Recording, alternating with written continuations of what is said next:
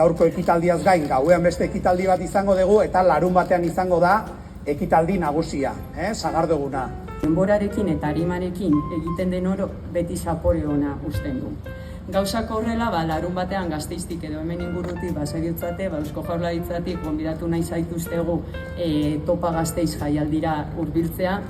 Aukera oso ona da bai euskal kultura ezagutzeko, bertako produktuak estatzeko eta noski euskal sagardoarekin topa egiteko. Badirudi aurtengo honetan 25ean sagarra azaltzen ari dela, bestekoa da. Sagarra, gutxiago, gutxiago atara dugu. Horre suposatzen du, gutxiago atara dugula, baina horrek ere emango dugu jokua, zertarako jokua, sagardo desberdinak egiteko.